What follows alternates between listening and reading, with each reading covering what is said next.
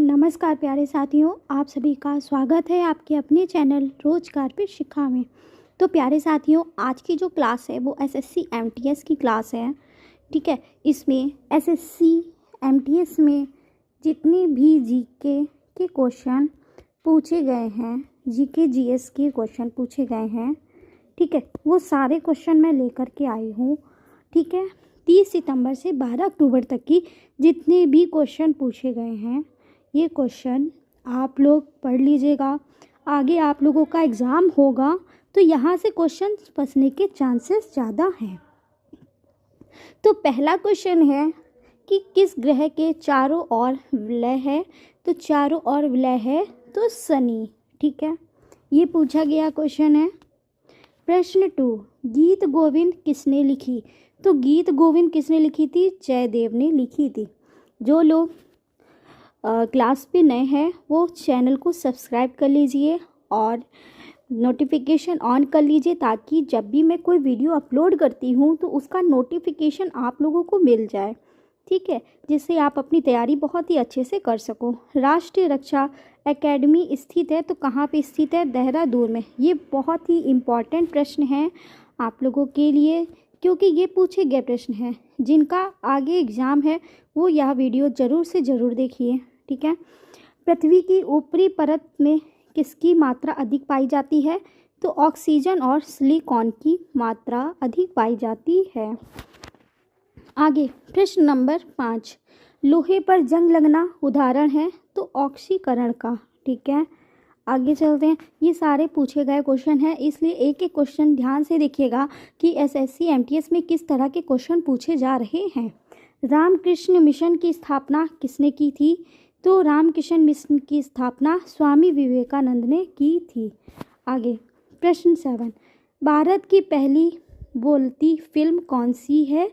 तो बोलती फिल्म कौन सी है? आलम आरा। इसका राइट ऑप्शन था आलम आरा। विश्व का सबसे बड़ा शहर कौन सा है? तो विश्व का सबसे बड़ा शहर है न्यूयॉर्क। New York America. प्रश्न नंबर 9 पे, भारत में सबसे बड़ी मस्जिद कौन सी है? तो सबसे बड़ी मस्जिद है जामा मस्जिद। कहाँ पे स्थित है? दिल्ली में। आगे प्रश्न नंबर 10, बहुत ही इम्पॉर्टेंट क्वेश्चन है, तो आप लोगों से बहुत ही रिक्वेस्ट है कि वीडियो को लास्ट तक ही देखिएगा। हो सकता है आप लोग अगले जो भी एग्ज़ाम जिनका पढ़ रहा है, ठीक है, 12 अक्टूबर के बाद, तो उनका यहाँ से क्वेश्चन फंसने के चांसेस ज़्यादा हैं, तो इसलिए वीडियो को स्किप मत करिएगा। क्षेत्रफल की दृष्टि से भारत का विश्व में कौन सा स्थान है? तो 7वां स्थान है। ठीक है, प्रश्न नंबर 11, विश्व का वर्ड से क्वेश्चन बहुत पूछे जा रहे हैं, तो इस पे ध्यान रखिएगा। विश्व का सबसे लंबा पशु कौन है? तो सबसे लंबा पशु है जिराफ। प्रश्न नंबर 12, भारत और पाकिस्तान सीमा रेखा किस नाम से पुकारी जाती है? तो रेड क्लिफ रेखा नाम से पुकारी जाती है। आगे, भारत का क्षेत्रफल कितना है? तो 32,87,273 वर्ग किलोमीटर है। आगे, वनस्पति विज्ञान के जनक कौन है? तो थियोफ्रेस्टम है। कौन है? थियोफ्रेस्टम। आगे प्रश्न नंबर 15, दिल्ली में लाल किला किसने बनवाया? तो दिल्ली में लाल किला मुगल बादशाह शाहजहां ने बनवाया था।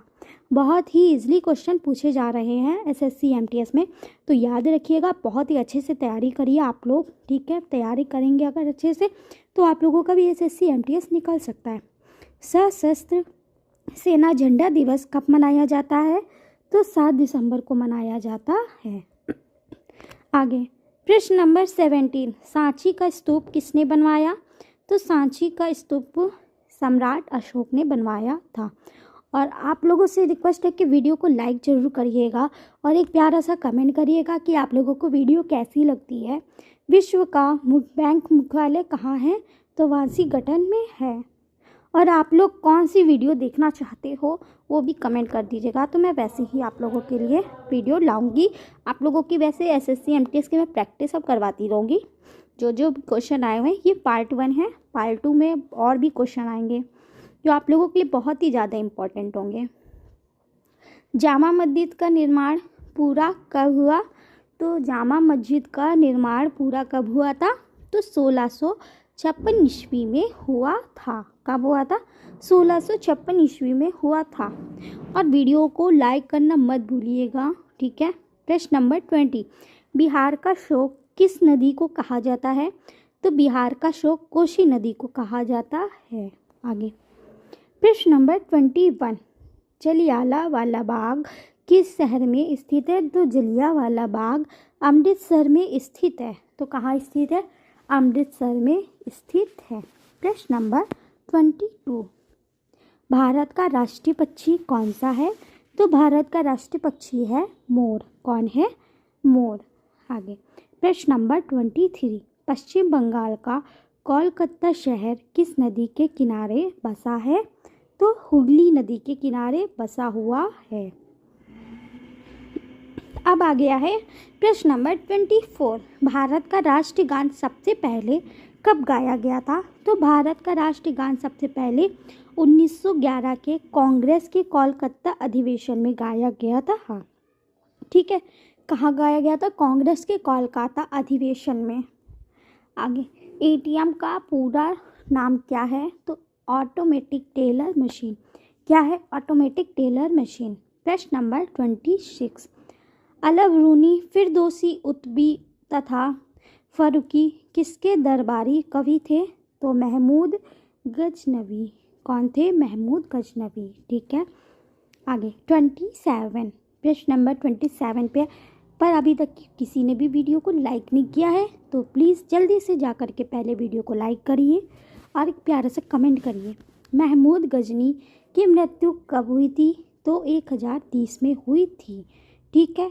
आगे 28, दामोदर नदी का उद्गम किस स्थान पर से होता है?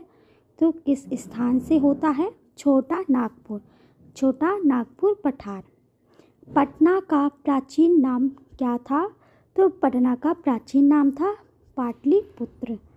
प्रश्न नंबर 30, भारतवर्ष का सबसे प्राचीनतम नगर कौन सा था?